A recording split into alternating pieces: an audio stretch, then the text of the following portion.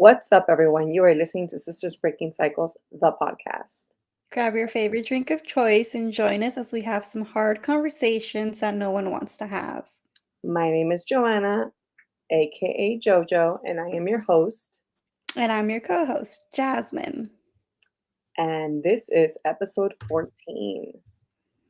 And today we're going to be discussing the education system.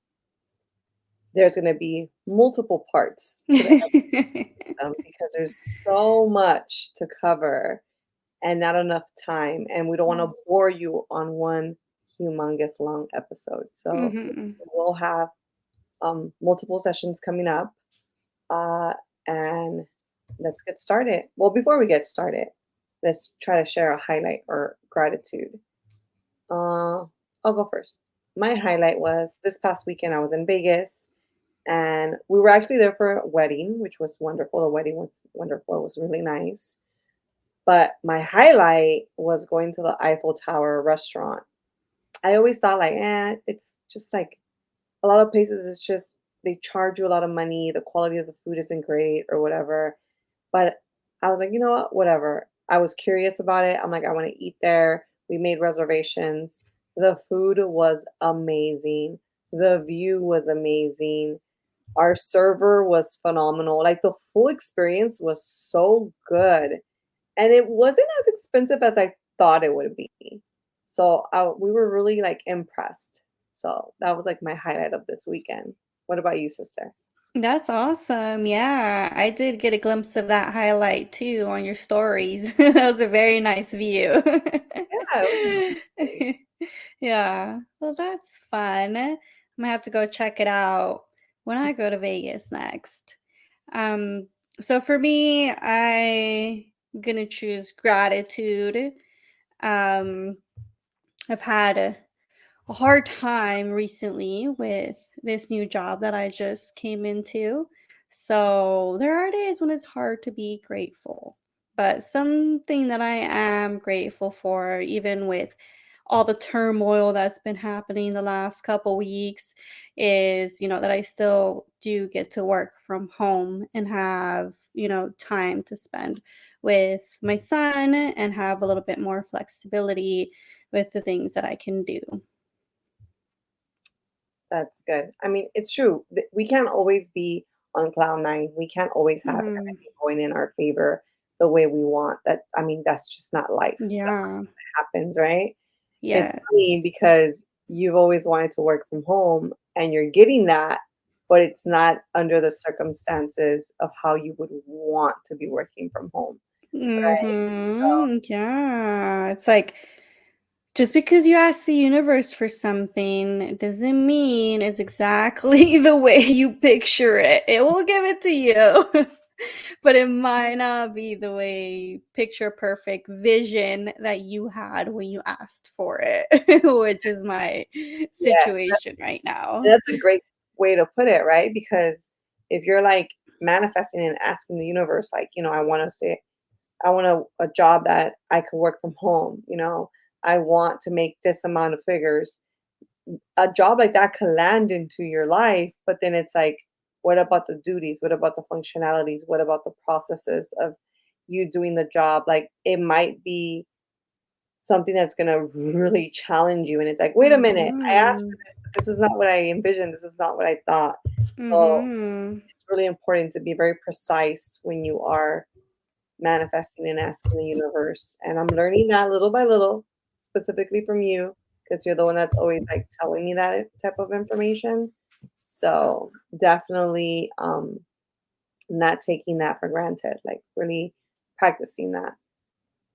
All right, well, let's go into our topic for today. And the education system, I'll just come out and say it up front. It's a monster. It is. It's a monster.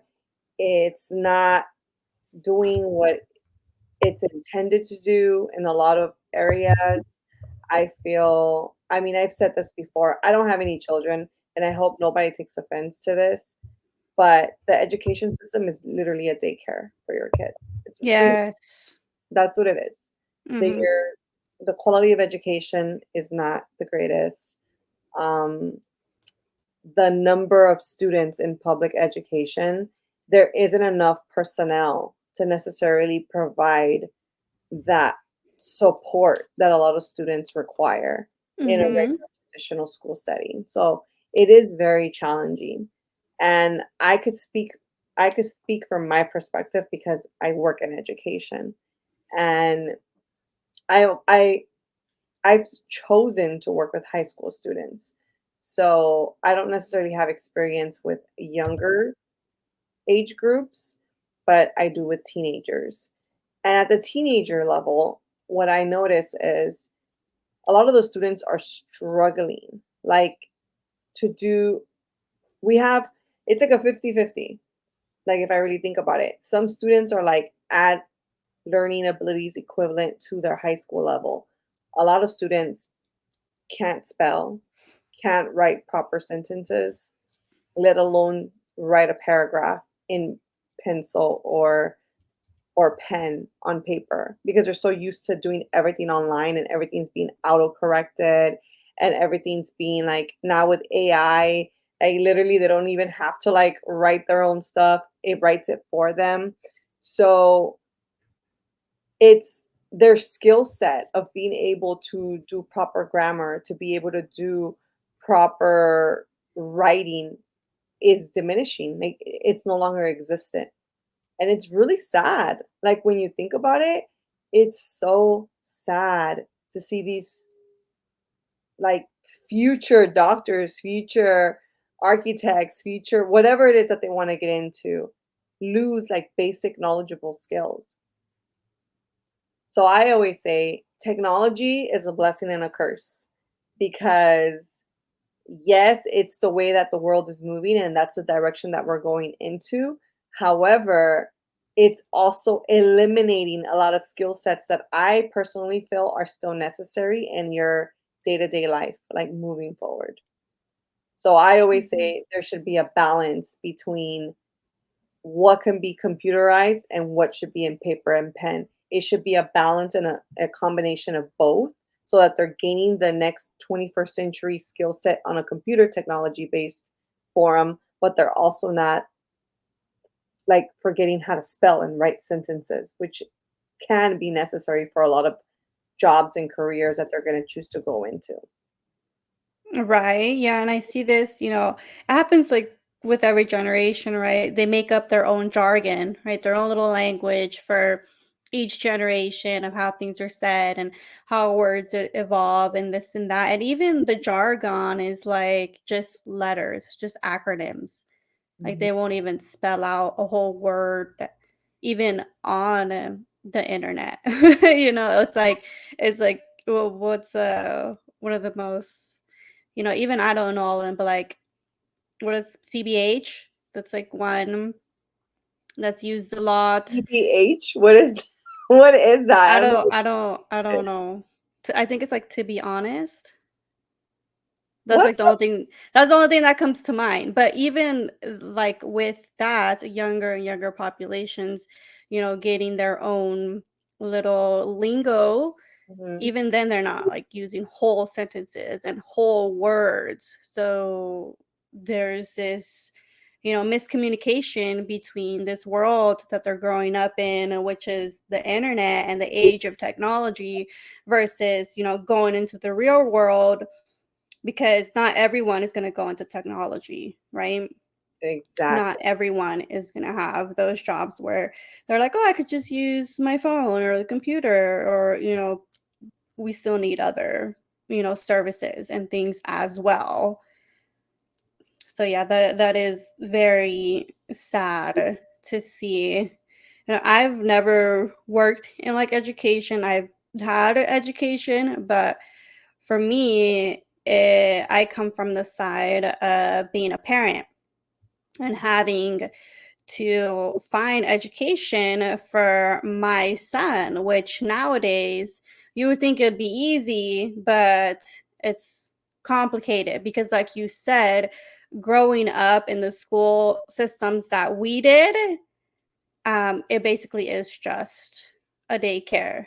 And like yeah, it's free, and you just have to like maybe pay for lunches, or you might be able to even get that covered with assistance. But basically, that is what it is. You're not going there to really learn life skills that are going to help you excel in a career on your own in this world. Like you we don't even know how to do our taxes, and we're college educated. Yeah, and it's like a basic life necessity that everyone needs to do on a yearly basis. Yeah. Like, You can't I didn't escape it. I didn't even learn how to balance a checkbook until, like, after high school. I didn't know what was a bank account, and now I feel like we are doing, like, more college prep classes where they're actually, like, teaching kids about, like, credit score a little bit, teaching them a little bit about, like, balancing a bank account, you know? But it's, like, very minor little details, like, "Oh, here's what Mhm, it is. You're gonna deal with it in the future, but that's it." Like, mhm, there isn't really an emphasis on really diving into realistic, real life experiences and what they need to do.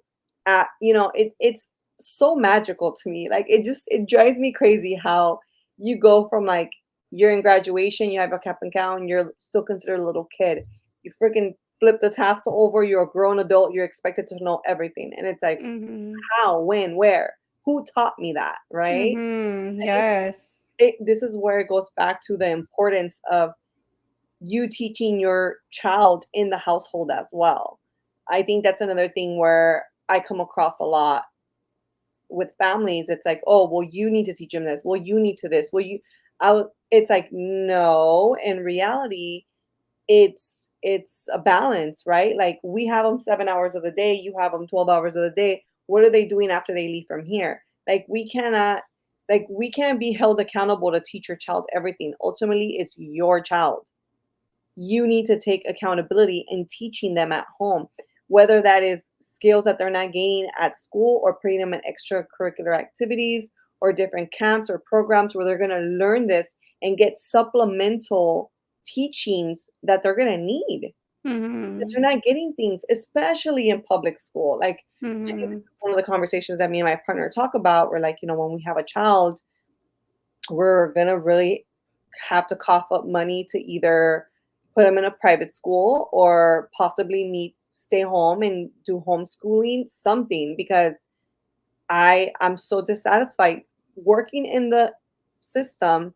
I am so, like, fearful of putting my child in the system because I'm mhm, like, no, like, I still have to figure out schools that are still considered public, that are somewhat of good quality education, because most of mhm. them are not. And Yeah. and even teachers that start off, like, really strong, and it's, like, really passionate, and they're, like, really happy to help the students and all that, eventually that light starts to burn out because of the system, because they're going against, like, they have all this energy and they're so happy about being able to serve students and give them an opportunity to have a great teacher that they didn't have growing up. Because if you really think about it, people that get into any type of job that is providing a service to someone, especially especially an education, like, you're doing it out of the kindness of your heart because you don't get paid Mhm, well, and everyone tells you that off the bat. If you join mhm, education, you don't get paid well. You don't just go get a bachelor's degree and you're done forever. You have all these different credentials, you have all these different tests. It's like you're a long life learner, as I like to say it. You're in school for the rest of your life, updating new thing constantly, like every couple years, but you're not getting compensated for it. So you're doing it because you want to make a difference in someone else's life, in a child's life. But then eventually you get burned out because the system is so corrupted that you just burn out. That flame begins to dim. And then it starts being reflective in your teaching and how you are going to associate and interact with these children. It's like a yeah. full circle. It's like this circle of, like, toxicity, like, eventually you're Mhm, gonna fall into the loop, right? It's kinda like people make that comment about politicians, that it's like you could start and you could be so happy about going to politics and making hardcore changes, but then the system's corrupted, and then you either have to join the force or you end up being like weeded out somehow, right? I think that's the same thing that's starting to happen in education. The burnout is starting to be so high within educators that the quality of the work that they're putting out isn't their best at some capacity at some point. They start Mhm. losing it. I Yeah. I always say this. I was like, if they would pay educators more money, they would be more willing to deal with the bullshit, but they don't. They're always Mhm. at the bottom of the chain. They're always on strike, always trying to get more money. It's not fair. Like the burnout is real. Like there's one thing that drives me crazy when a parent would complain and be like, I don't know what to do. Like, I don't know what to do with Jose, like he's this, he's that. Like, I'm just throwing a name out there. I'm making something up. And it's like, he doesn't listen to me, he doesn't this, he doesn't that. And it's like, okay, like, but at the end of the day, that's your child. Like, what has happened in the trajectory of this child's life to get to this point in high school for you to have such a hard time with being able to work with him, right? Can you imagine? And I put this into people's perspectives when I used to be a dean. I would have them think about it from the other lens. I'm like, you're struggling with one child, your child. Now imagine your child, little Jose, in the classroom, but there's 10 other Jose's. And this Right. teacher has to handle 10 Jose's plus trying to teach another additional 25 students that are actually trying to pay attention. Mhm. Mhm. You know what I'm saying? Yes. Like Oh, yes. when you start putting things into perspective for parents, they're like, oh, like, see, it's pesado. Like, yeah, it is. It is really hard. Working in education is not easy. When it comes to me, I'm not a teacher, but I'm a counselor. And it's like they put so much emphasis on the counselor, like, oh, you gotta set them up with everything. They gotta know their career. You gotta help. And it's like, yeah, we could provide the options and we could tell them what's available to them. But at the end of the day, they're gonna make their choices. Mhm. You can't make choices for. One thing that I always tell parents: do not project what you wish you could have done with your child, because at the Yep. end of the day, a lot of these kids, this is why a lot of people continue to stay in toxic cycles of poverty, because they end up jumping into professions that they genuinely do not like and don't have any compatibility as far as skill set, for the sake of making grandma happy, making mom Mhm. happy, or just getting an easy degree. And then they're miserable doing Mhm. this job. They're not happy. And then they end up either leaving it or they just are not happy. And it's not a good situation to be in, right? So I'm constantly always like advocating for students. I'm like, you have to like try to figure out what you're good at, what comes easy to you, or what do you have do you enjoy doing. There's so many jobs out there now that don't have to be the safe ones: doctor, lawyer, teacher, educator. Like there's Mhm. so much out there. Like it's not that hard to find something that you could be really good at while still making a lot of good money. And Yeah. that's what I try to really explain to parents and students when I meet with them. Because the last thing I want is to continue to see people going to school, getting in debt, getting into loans, and then not liking what they went to school for and not wanting to work in that area. Because that's the worst feeling, especially with all these high interest rates in loans. And now that we don't have the loan forgiveness anymore, I don't even want to get started with that. I'm so upset right now that I'm trying to figure out this new program that they created, the SAFE program, where supposedly you would be making payments and your payments would be lower and you'll get forgiven much sooner than with the prior loan forgiveness. So far, it's BS. I don't have all the Yes. details yet. I'm still trying to figure it out. But stay tuned, because when I know the details, I'm gonna share it on here for Yeah. everyone that has student loans, because it is a BS type of program that they're Mm. creating. And Make it make sense, because right now it is it not does making not make sense. Okay, sense. that is the main thing. It does not make sense. So, well, that's a different conversation. I need to get my facts in order before I'm able to share about that. Yeah. But yeah, like going back to the education system, it's a scary place. It's a scary place. It's a scary system to work in because you get sucked in and you get consumed. And it's also a scary place for students because it's just like you're going to be like just to make friends and just sit around and do basic work just to pass through, but you're not necessarily you're not being challenged. Your kids are not being challenged. Yeah. That's what it Mhm. comes down to. Mhm. I We're just like you're just given repetition, right? And information to memorize, but you're not actually learning. Memorization and learning are like two completely different things. And I feel like people have confused that, especially in the education system, into it being equivalent to learning. So they're like, memorize all this so you could pass this test and you could pass this year and go on to the next level. Mhm. And then you just keep rinse and repeat, rinse and repeat, rinse and repeat, year after year after year after year. And it's always been like this. The system has always been messed up. Like, if we think about it, how old is the educational system? We are in the 21st century and nothing has changed Mhm. since its inception. There has been no progression as to how that system works and what do you actually do for 7, 8 hours. So, all those concerns that you brought up as working within the belly of the beast, those are my concerns and my son's father's concerns as well, because for him, he had a very bad educational experience. For me, I had two very different educational experience, like extremely opposite to each other, but we can talk about that on our part two.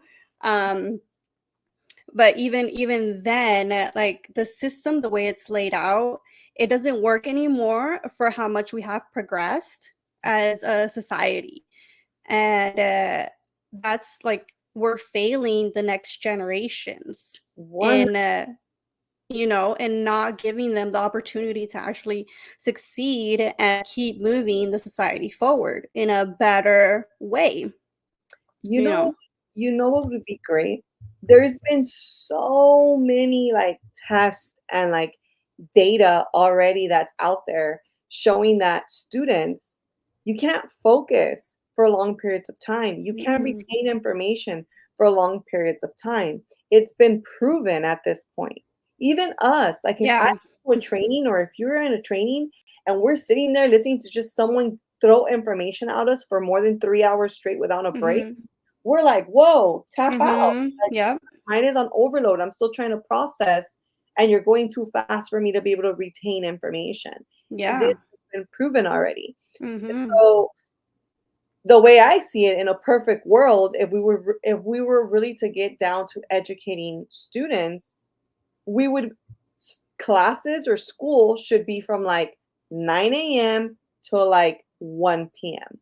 And Mm-hmm. that should include like a 15-20 minute break in between that time frame, because realistically the students would be able to retain more of the information that they're learning within that time frame, right? Like, just they go in, they do this subject, and then after that subject, they do a different subject. The next day, focus on this subject, the next subject. Break it into chunks and give them a break in between, and they will retain information much, much better and hopefully perform better in like tests in other areas because they're retaining the information. And then they say, "Oh, well, what about the teachers? What about the rest of the time when the kids are gone?" You know how many hours teachers have to dedicate that they're not getting paid to grade assignments after hours? Mm-hmm. It's ridiculous. Like, I always look at my teachers, I'm like, my hat goes down to them because I would never work for free. Like, Right. you don't even pay me enough to do my basic job, and on top of that, you want me to work for free? No. No, no. No one can make me work for free. That's Mhm. ridiculous. So I'm really, I have a soft spot for teachers. Like when I feel like teachers are being taken advantage of or whatever, like I don't have a problem stepping in, chiming in, and like talking to them or like being a representative for them because I'm just like, damn, it sucks. It sucks that they always get like the short end of the stick. They're not being compensated. They're working long hours, and they're still being like reprimanded for like little things left and right. It's like they're Mhm. human, they're not machines, right? Mhm. Yes, and again, they're working in a system that no longer works with the No, world the that we system is live the one in. failing. The system is the one failing because Mhm. if students went for shorter periods of time to school, they would be able to retain more information, and as a result, the teachers would also have more time within their pay rate time to do their duties and not have to work after hours. You know? So Mhm. to me, but will the system ever shift? Probably not. Instead of shifting to something that's shorter periods of time for students to retain information easier, we're getting worse. Now we're doing after school programs where kids are in school till 5 or 6 o'clock Mhm. to continue the extension of the babysitting system. That's what it is. It's a babysitting system.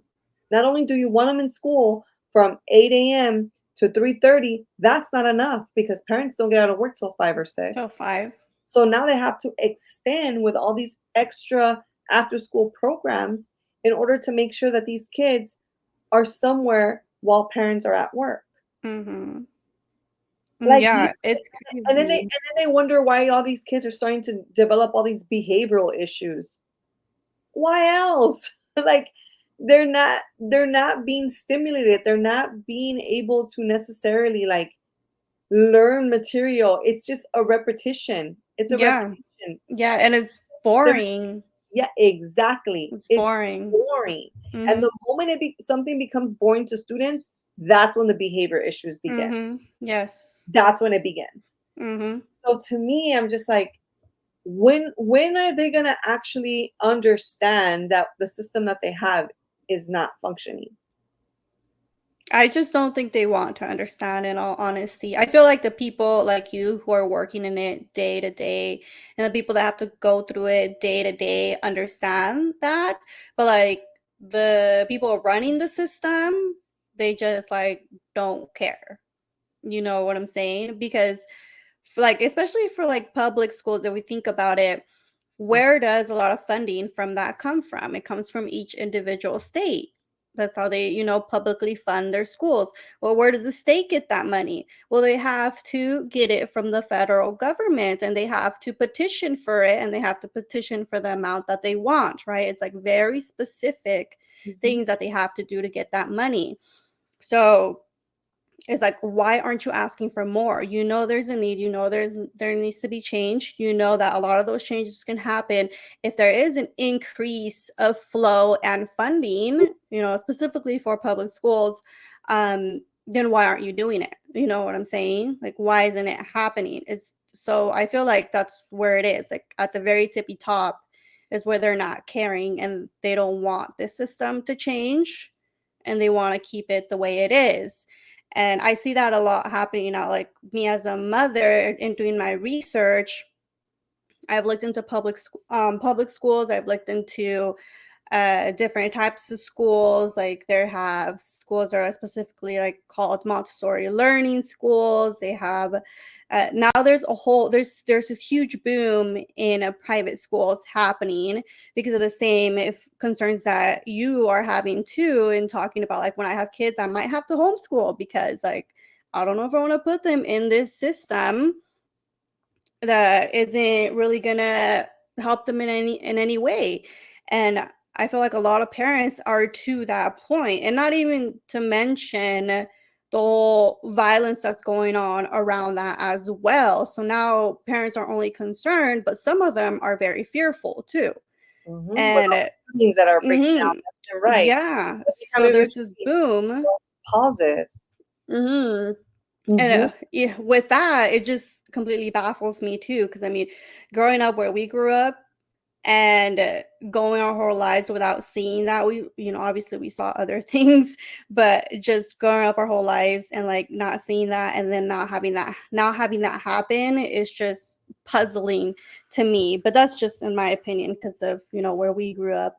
But I'll get off my high horse and continue. So, doing the research, people are starting to homeschool. People are starting to pull their kids out and create these co ops where the parents, like one of the parents, stays home or switches or whatnot, and they all do school together. So, it's like a community of the children and the parents, and there's a variety.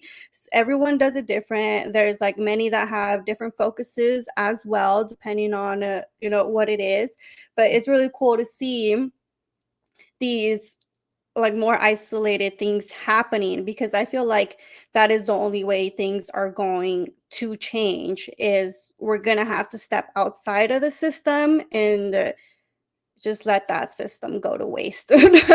Not in its entirety, but some of it. What makes me really sad though is that we came from poverty. Like Mhm. me and you, we grew up in poverty. Our parents are, you know, they migrated to this country. We are first generation kids that went to Mhm. college and actually got degrees.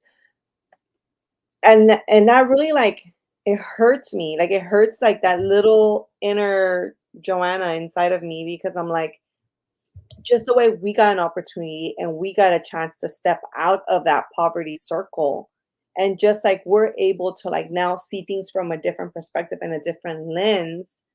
I want to like be able to continue to provide that kind of like rope to those new other generations that are coming in, because migration to the United States is not stopping. It will No. never stop. Mm-mm. There's migrant families over and over again trying to seek a better life in the United States. Yes, from And the all people over that the are world.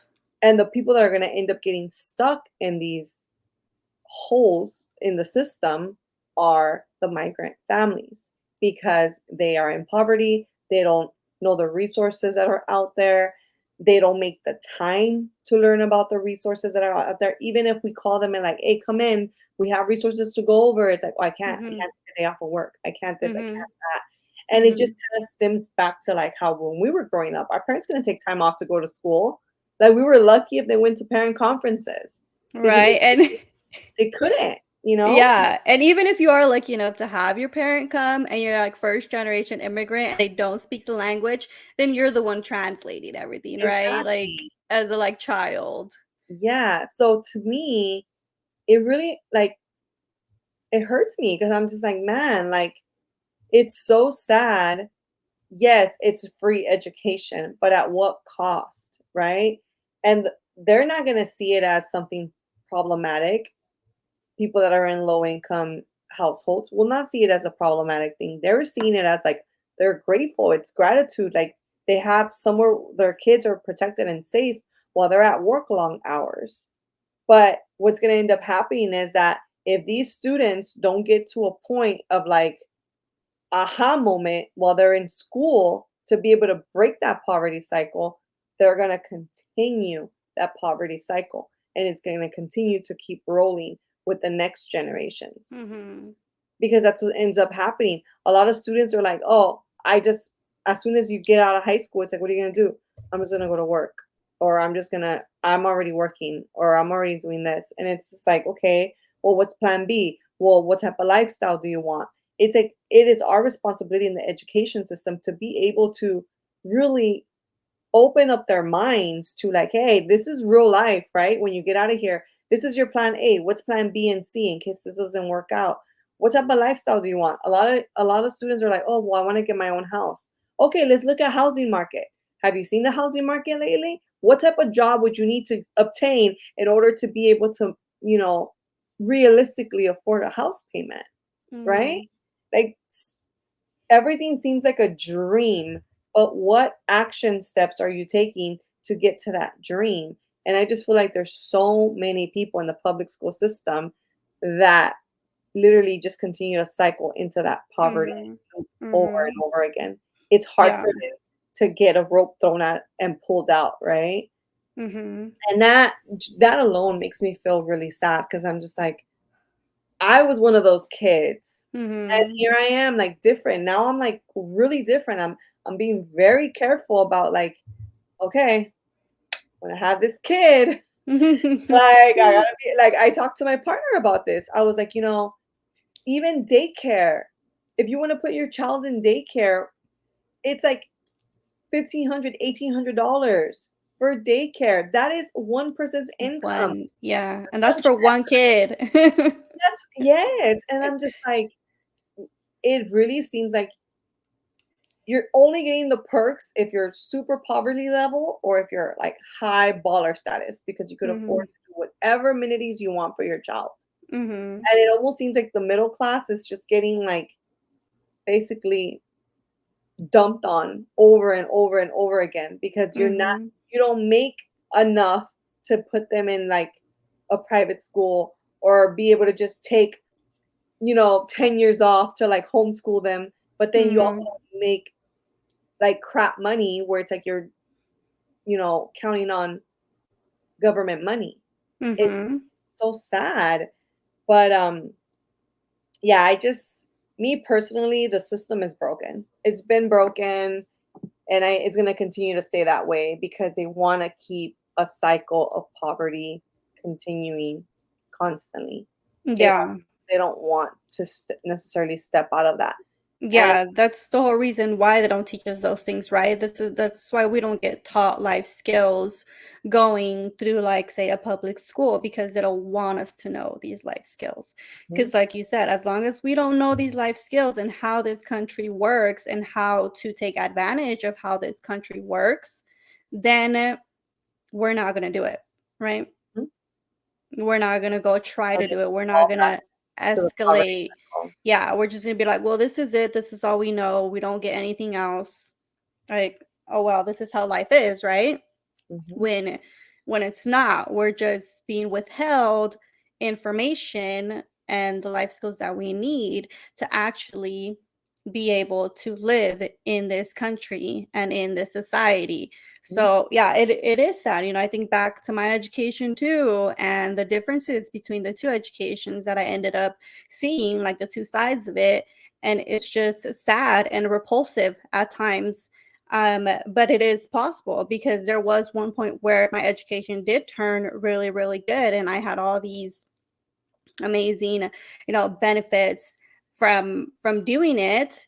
But it's like repulsive that that doesn't happen everywhere. And obviously, it was more of a like where you're at, like you have to work for it. Us as a community, us as outsiders, the people who aren't in the education system, also have to participate in it. You know what I'm saying? Like, even though we're not directly teaching, even though we're not, counseling or running things or whatnot, we still have to actively participate in that system and help it out because our kids are benefiting from it mhm, as well. And it's just like we have to realize that, and to make change, like, it's gonna take a big community effort from people outside as well, not just on the inside, where you're working, but also from the outside, because as a parent, I've looked into some private schools, I've looked into some public schools, also depending on the area where you live. Maybe your public schools might be a little better, some might be a little worse. Like I've had both sides, so I know that to be true. But overall, the system is failing the people who need it the most, which is the next generations coming out of it. mhm, And so me as a parent, I don't want to put my son in public school, because even though the public schools here, from like what I've seen and what I've learned, I feel like are 10,000 times better from what I had in the same situation. It still brings up those same problems, like they're not even learning. he's not even learning. And knowing my son, when he gets bored, like you said, the behaviors start like, and he'll Mhm. even say it because he's a little bit older now. He's like, I'm getting bored. And then he'll like go trash something in his room, like literally. So He's he, like, he "I'm warning knows. you. Okay, bye." Yeah. Yeah. Yeah. But then also, seeing that when he does learn something, when he is learning, he doesn't have to like sit there and memorize something. It doesn't have to take him like a whole hour on this one topic to go over, right? The point is to make it fun for him and also tailor it, like you were talking earlier about the extended hours for the after school programs. Well, yeah, I think it should be way less time that they should be in school too, because we can only take so much. And you could say the same about the workforce. Working in an office job, I could get the same amount of work done in 20 hours that I can in 40. Like I have done it before, so there's like really no point in being somewhere for so freaking long. Like it doesn't make any sense. We're not benefiting from that in any way. Say it. And so Say it again. we are not benefiting Those from work that. days are too long. No, Those yes. work days are too long. Like, Yes, come they on, let's are. do it the program, people. Like, Yeah, and then could you like I already think an 8-hour day is like too long, and then now being a teacher, that's just like 10, 12-hour days. Like, oh my gosh, it's my, absolutely I, ridiculous.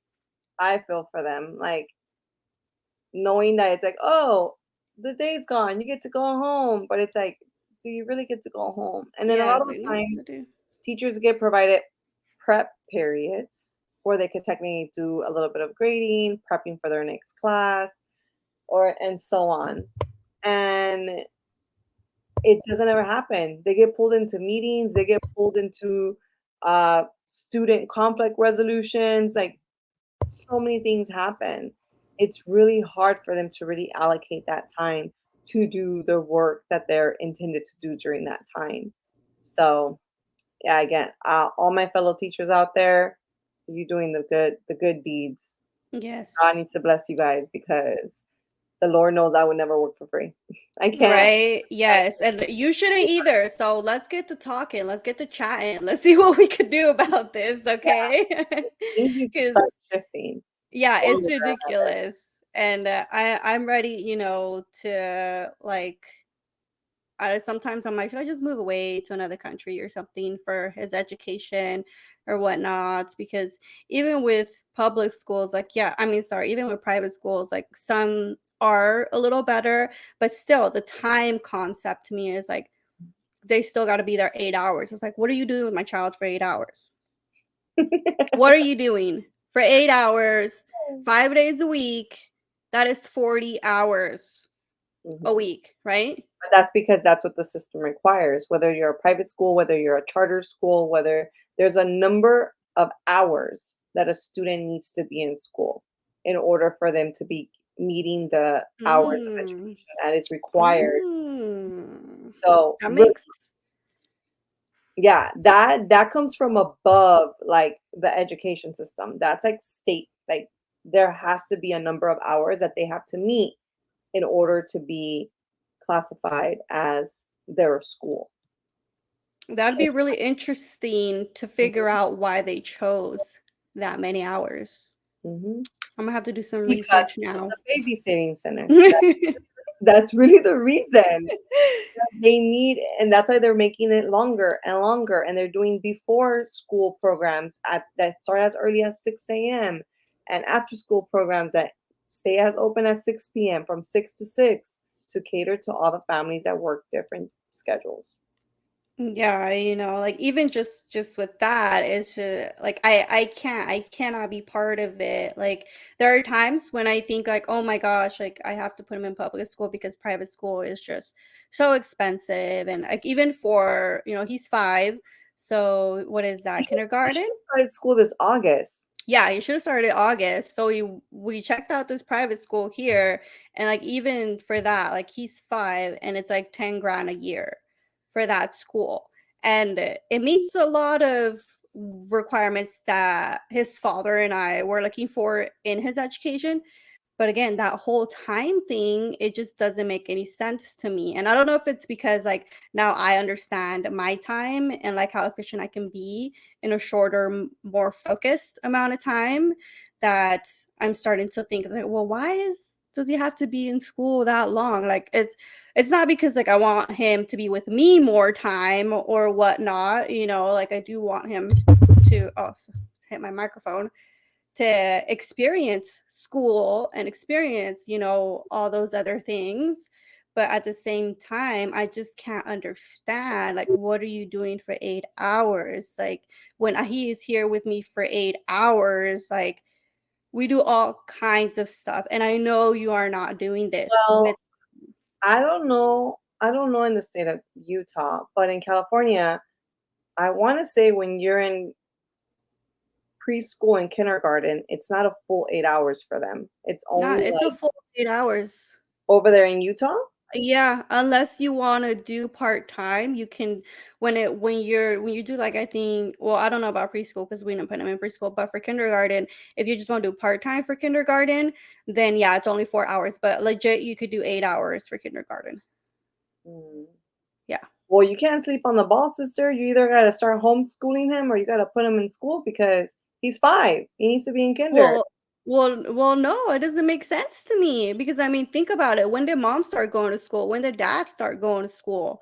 Yeah, Like, in but all these. they were in a different country, though. Exactly, though. In all these other countries, you don't necessarily start school that young. Yeah, but you Like, also your primary years are focused around your family and your caretakers, and that is a time for you to develop this kind of like mannerism and every I feel like sometimes people talk a lot about, oh, I want my kid to be socialized, so I want to make sure they go to a school, right? I do hear that a lot, even with parents that are thinking about like homeschooling their children, like that is one of their fears. Oh, well, I want to be socialized, like blah blah blah, this and that. Well, if you kind of think about it, if you think about psychologically and how our brain develops and all this, like the first 10 years of a child's life is focused around their family and their parents. That is how they relate to the world because they still don't have a sense of individual self or individualism.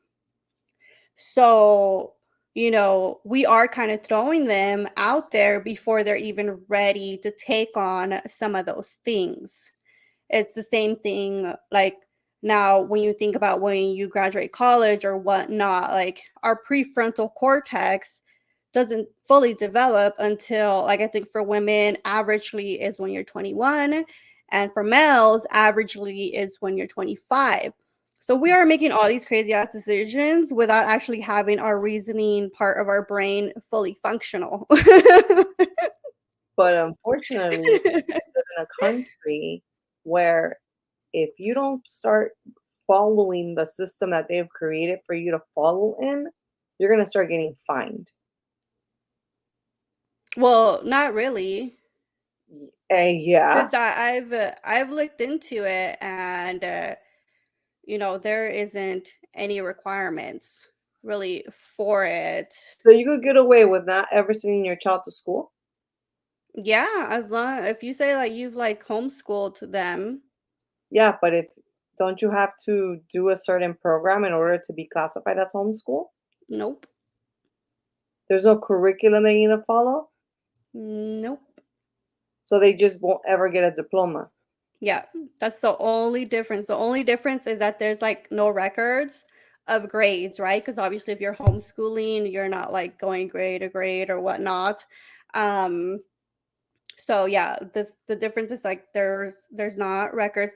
Now, if you want to eventually put your child into the educational system, then yes, you have to follow certain programs that align with that system. But if you never plan on that, then no, you actually don't need to, and you don't actually need to prove to anyone that you did homeschool them. But let's just say, okay, just putting things out there in your brain to buzz. Let's just say you decide, you know what, I'm not going to send my child to school. I'm going to homeschool him.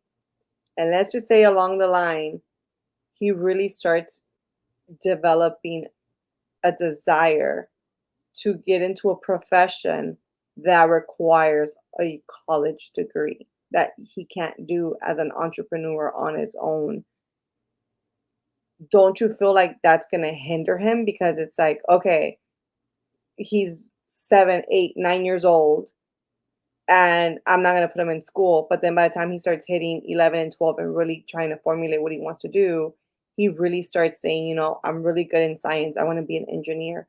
I'm really good in biology. I want to do a doctor. Like, Mhm. how are you going to backtrack then to be able to put him in a curriculum where he will be able to obtain the diploma that's required in order to get into higher education, if that's the route he chose in the future? Mhm. How would you assess that at that point?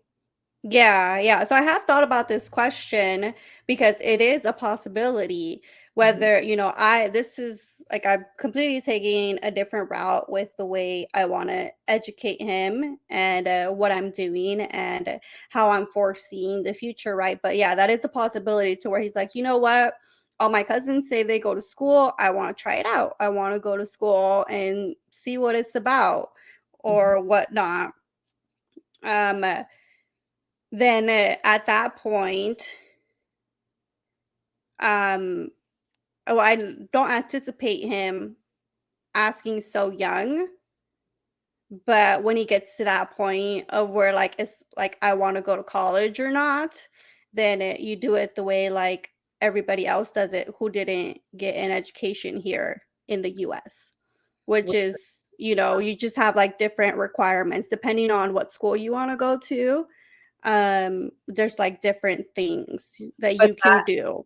that's for, like, people that come from other countries that didn't get an Mhm. education, but him being born in the country, you really have to look into that, because I would hate for you to think that, I don't know, I've never researched that deep into it. I don't have a child yet, so, and you live in the state of Utah, which is different than the state of California. So there's a lot of differences, right?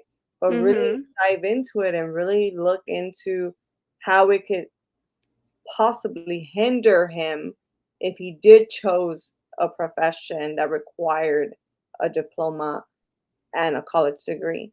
He might not. He might just Well be like, well, "Nah, yeah, if I'm he good." just if the school is like, "Oh, no, you require a diploma," you just take the GED, right? But even then, you need to have curriculum. You need to have some type of prior skill set, education. Not everywhere, though. So, that's another thing, we have colleges all over in every state, like, how many colleges do you have in California? Too many to mention. And then here in Yes. Utah, same. We have, I think, like 2 or 3 really big universities and a ton of colleges, like a ton, a ton. And then below that, you have a ton of tech colleges too, and everywhere you go, every state you go has different requirements. But if the requirements are to have a diploma to like to get in and what maybe take a test or something, Mhm. like there's nothing stopping him from doing those things. So you're gonna teach him math, English, and all those core subjects, because a GED essentially is you being test in all the W- subjects that you would have learned, well, I wouldn't teach him all that stuff. I would just teach him what's needed for the GED. You know what I'm saying? but it would have to be based on, like, high school curriculum.